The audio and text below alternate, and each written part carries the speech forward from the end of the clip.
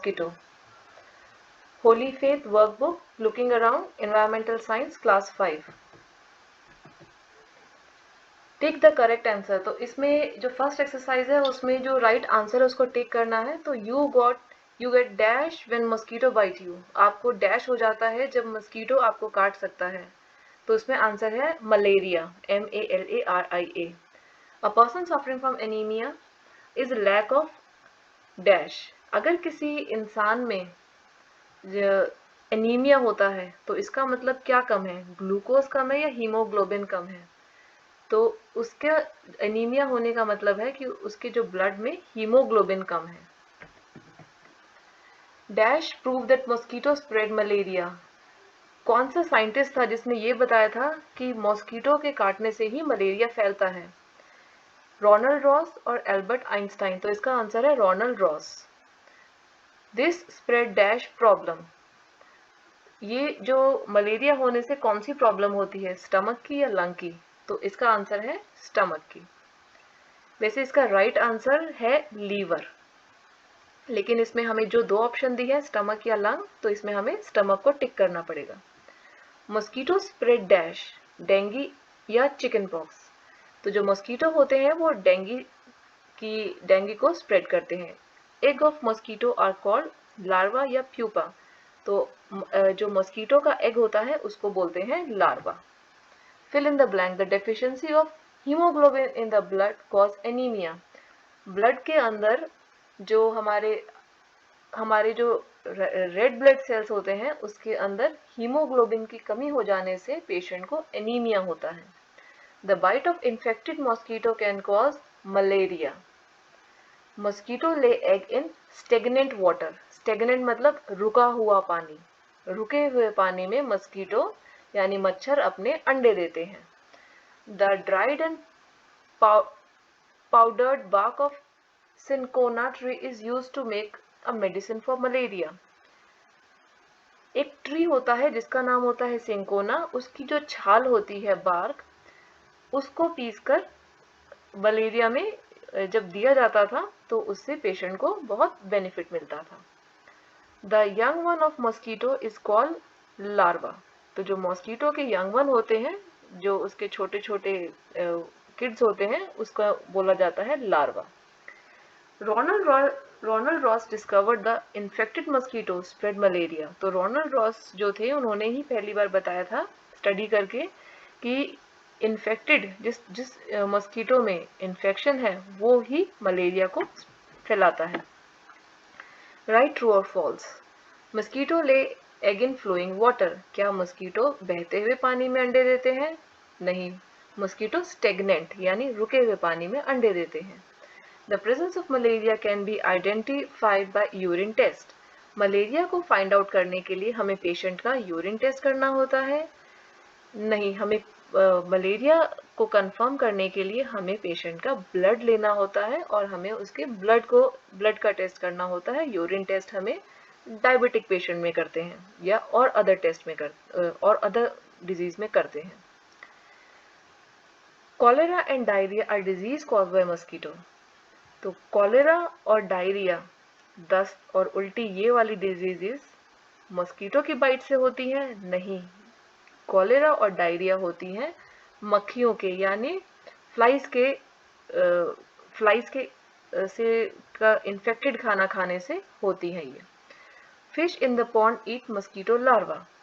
जो फिश होती हैं पॉन्ड में वो मस्कीटो के लार्वा को खा जाती हैं। ट्रू, ये बात सही है। Flies do not spread any disease. मक्खियां कोई बीमारी नहीं फैलाती, ये बात बिल्कुल गलत है। Fish should be put in a pond.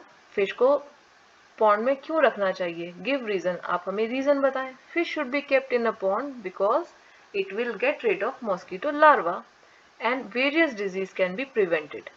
अगर हम फिश को पॉन्ड में रखेंगे उससे होगा ये कि वो मॉस्किटो के लार्वा को खा जाएंगी और जो डिजीज मॉस्किटो कर सकते हैं उनको हम प्रिवेंट कर पाएंगे।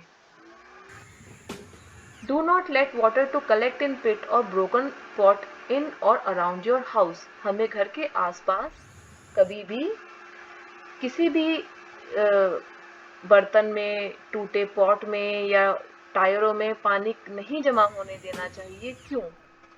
तो हमें कहीं भी पानी को रुकने नहीं देना चाहिए, स्टेगनेंट नहीं होना देना चाहिए, क्योंकि अगर पानी स्टेगनेंट होगा उसमें मच्छर ब्रीड करेंगे, यानी कि उसमें पनपने लगेंगे, अपने अंडे देंगे और इस तरह से मच्छर बढ़ते चले जाएंगे और डिजीजेस फैलनी शुरू होंगी। तो आंसर है we should not allow water to stagnate near our house because stagnant water is a breeding place for mosquitoes which are carrier of disease like malaria and dengue. Mosquito net should be used. Mosquito net is a type of meshed curtain that is draped over sleeping area. It protects against the bite of mosquitoes and flies. तो जो mosquito net है हमें क्यों use करना चाहिए? तो mosquito का net हमें इसलिए यूज करना चाहिए, पहली बात तो ये एक जाल होता है, मेश्ड कर्टन की तरह एक जाल होता है, जाल का कर्टन बना होता है जिसको जहाँ पे हम सोते हैं उसके चारों तरफ हम ये इस कर्टन को लगा देते हैं, जिससे कि मच्छर हमें काट ना सके या मच्छर और मक्खी से हम बच सकें।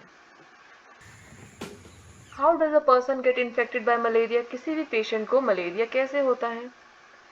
Mosquito pick up parasite by biting infected person, and when the mosquito bites someone else, the parasite is transferred and the person get malaria. तो क्या होता है कि सबसे पहले जो इन्फेक्टेड पेशेंट होता है,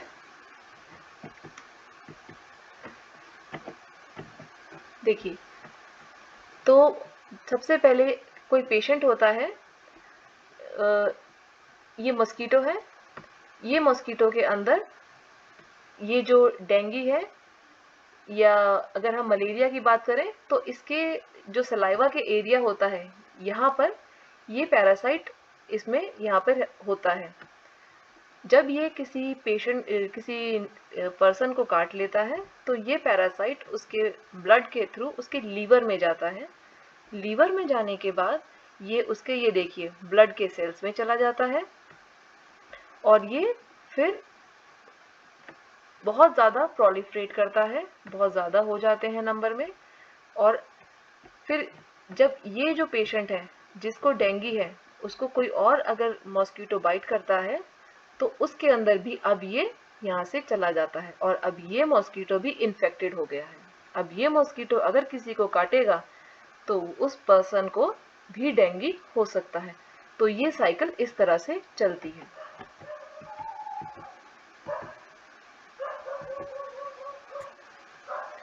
तो हमारा आंसर है mosquito pick up parasite by biting infected person. तो मॉस्किटो अगर किसी इन्फेक्टेड पर्सन को बाइट करता है तो वो पैरासाइट उसकी बॉडी में चला जाता है। And when this mosquito bite someone else, जब ये मॉस्किटो किसी और को काटेगा, द पैरासाइट इज ट्रांसफर्ड। अब ये पैरासाइट एक आदमी से दूसरे आदमी में ट्रांसफर हो जाएगा और इस तरह से मलेरिया फैलता जाएगा। What are the symptom of anaemia? Anaemia अगर होता है तो उसके क्या सिम्टम होते हैं? कैसे पता चलता है कि पेशेंट को एनीमिया हुआ है? Person who is anaemic look pale. तो जिसको एनीमिया होता है वो पर्सन पेल दिखता है और उसकी स्किन पीली दिखती है। Skin and eye look yellow and patient can not sleep properly, moreover vomiting will be there.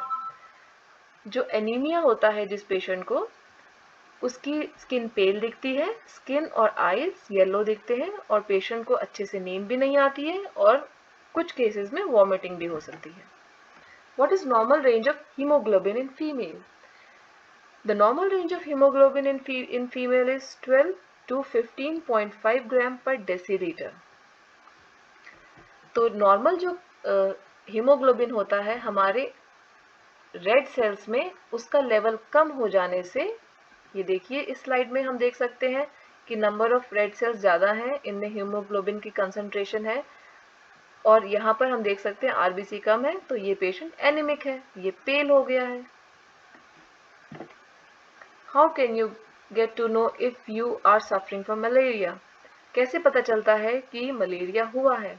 अगर किसी भी पेशेंट को हाई फीवर और चिल्स होते हैं और अगर हम ब्लड टेस्ट करवाते हैं तो ब्लड टेस्ट से कंफर्म हो जाता है कि मलेरिया है। तो if patient has high fever and chills then blood test is done to confirm the presence of malaria। तो ये स्लाइड है। इस स्लाइड में जब पैथोलॉजिस्ट इस स्लाइड को ऑब्जर्व करता है तो वो इजीली आइडेंटिफाई कर सकता है ये जो मलेरिया के पैरासाइट को, और फिर वो रिपोर्ट में बताते हैं कि हाँ, इस पेशेंट को मलेरिया है। How can you protect your self from malaria? हम अपने आप को कैसे बचा सकते हैं? Do not let water accumulate near your house, wear full sleeves clothes, use insect repellent, use mosquito net at night. तो सबसे पहले हमें पानी को इकट्ठा नहीं होने देना चाहिए घर के आसपास। अपने बाहर जाते वक्त हमें फुल स्लीव्स के कपड़े पहनने चाहिए। हमें इंसेक्ट रेपेलेंट यानी मस्कीटो रेपेलेंट जैसे कि कॉइल्स, स्प्रे या ऑल आउट, ये चीज़ें यूज़ करनी चाहिए। Use mosquito net at night, और नहीं तो मॉस्किटो का जो नेट होता है हमें वो लगाना चाहिए रात को सोने से पहले। तो ये है मलेरिया की प्रिवेंशन टिप्स क्या हैं। तो बेड के अराउंड हमें मॉस्किटो नेट लगाना चाहिए। बाहर जाते वक्त expose part of the body पर हमें मॉस्किटो रेपेलेंट लगाना चाहिए। फुल स्लीव के कपड़े पहनने चाहिए। घर के आसपास अगर मॉस्किटो हो तो मॉस्किटो रेपेलेंट स्प्रे करना चाहिए। घर की खिड़कियां शाम के टाइम और अर्ली मॉर्निंग के टाइम बंद रखनी चाहिए जब सबसे ज़्यादा मॉस्किटो आते हैं। इस एरिया हमें अपने एरिया का फ्यूमिगेशन करवाते रहना चाहिए। और जो मटके टूटे जो मटके या टायर हैं, गमले हैं, उसमें हमें उसका पानी कॉन्टिन्यूसली चेंज करते रहना चाहिए कि उसमें मस्कीटो के लार्वा ना ब्रीड करें। What are the symptoms a person shows when infected with malaria? Malaria होने के बाद कोई भी पेशेंट क्या सिम्टम शो करता है? मलेरिया होने के बाद पेशेंट को हाई फीवर होता है, चिल्स और स्वेटिंग होती है। डिजीज स्प्रेड बाय मॉस्किटोज, और कौन सी दो डिजीज हैं जो मॉस्किटो स्प्रेड करता है? मॉस्किटोज डेंगू स्प्रेड करते हैं, जीका वायरस और chikungunya. How does doctor observe blood slide to identify malaria? तो डॉक्टर कैसे ऑब्जर्व करते हैं ब्लड स्लाइड को? A drop of blood is put on a glass slide and it is observed under microscope for the presence of parasite. तो doctor क्या करते हैं, वो ब्लड का सैंपल लेते हैं, क्योंकि जैसा कि हमने बताया था कि जो पैरासाइट होता है वो हमारे ब्लड के अंदर होता है। तो ब्लड का एक ड्रॉप लेने के बाद हम उसे ग्लास के ऊपर डाल देते हैं, इसे बोलते हैं ग्लास स्लाइड प्रिपरेशन और स्मीयर प्रिपरेशन। और फिर हम उसको माइक्रोस्कोप एक ऐसा इंस्ट्रूमेंट होता है जिससे कि सब चीज़ें काफ़ी साइज में बहुत बड़ी दिखती हैं, तो हम उससे आसानी से ये पैरासाइट को ब्लड में देख लेते हैं और फिर हम वैसे ही रिपोर्ट बना के दे देते हैं पेशेंट को कि ये पेशेंट को मलेरिया है। In which season is malaria is common, can you explain? कौन से सीजन में मलेरिया सबसे ज़्यादा होता है? Malaria is more common in rainy season because mosquitoes need stagnant water to breed, क्योंकि उसी टाइम बहुत पानी होता है, बहुत बारिश होती है, जगह जगह पानी भर जाता है और मॉस्किटो आसानी से ब्रीड कर पाते हैं, अंडे दे पाते हैं। What kind of disease is spread by flies? जो मक्खियां हैं वो कौन कौन सी डिजीज स्प्रेड करती हैं? मक्खियां डिजीज जो स्प्रेड करती हैं वो है डायरिया, कॉलेरा और typhoid. Circle the things that can protect you from mosquito bite. कौन कौन सी चीज आपको मॉस्किटो की बाइट से प्रोटेक्ट कर सकती है? मच्छर काटने से आप किससे बच सकते हैं? पहला, आप अगर मॉस्किटो रेपेलेंट क्रीम लगाते हैं, मॉस्किटो को दूर रखने की क्रीम जैसे ओडोमॉस, आप फुल स्लीव के कपड़े पहनते हैं, आप मॉस्किटो का नेट लगाते हैं, आप कॉइल जलाते हैं, आप ऑल आउट जलाते हैं, कोलगेट का मच्छर से कोई लेना देना नहीं होता, आप घर के बाहर पानी नहीं जमा होने देते हैं और अपने घर के साफ सुथरा रखते हैं। अगर घर के आसपास कचरा है, उसमें टूटे बर्तन या टायर हैं, उसमें भी पानी इकट्ठा होने से मच्छर उसमें पनप सकते हैं। Circle the picture that can spread malaria and so we have to circle the picture that can spread the malaria। तो पहला जो है पिक्चर उसमें एक पूल है जहाँ पे स्टेगनेंट वाटर हम देख सकते हैं।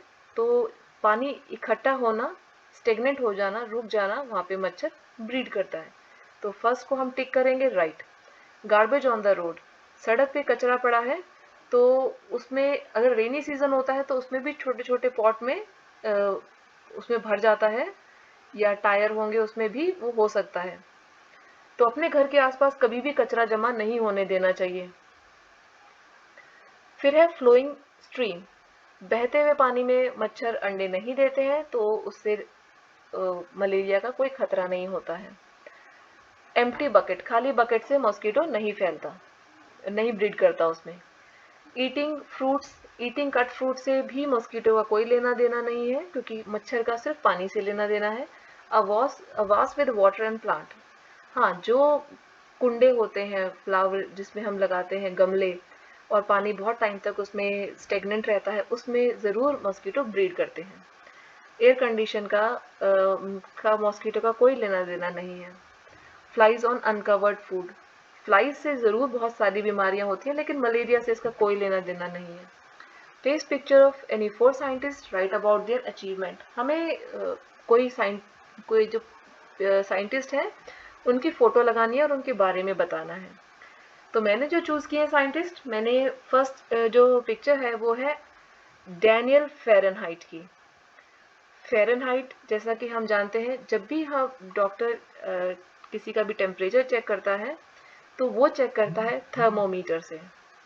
तो डैनियल फ़ारेनहाइट सर ने ही ये मॉडर्न थर्मोमीटर को इन्वेंट किया था इन द ईयर 1709।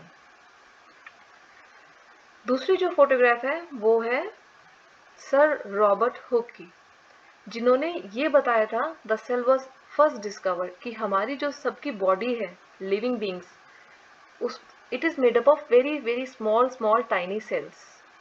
तो जो सेल हमारी जो सबकी बॉडी है, प्लांट की, एनिमल की, ये छोटे छोटे सेल से बनी है। तो ये सबसे पहले बताया था सर रॉबर्ट हुक ने इन 1665। नेक्स्ट जो फोटोग्राफ है वो सर एडवर्ड जेनर की है। सर एडवर्ड जेनर ने ही सबसे पहले वैक्सीनेशन का कंसेप्ट बताया था, कि वैक्सीनेशन करने से डिजीजेस, काफ़ी सारे डिजीजेस को हम प्रिवेंट कर सकते हैं, और उसके बाद ही वैक्सीनेशन स्टार्ट हुआ था। Next photograph sir Louis Pasteur का है। सर लुइस पैस्चर ने ही ये बताया था कि पैस्चराइजेशन, दूध को, पानी को, दवाइयों को हम कैसे स्टरलाइज कर सकते हैं।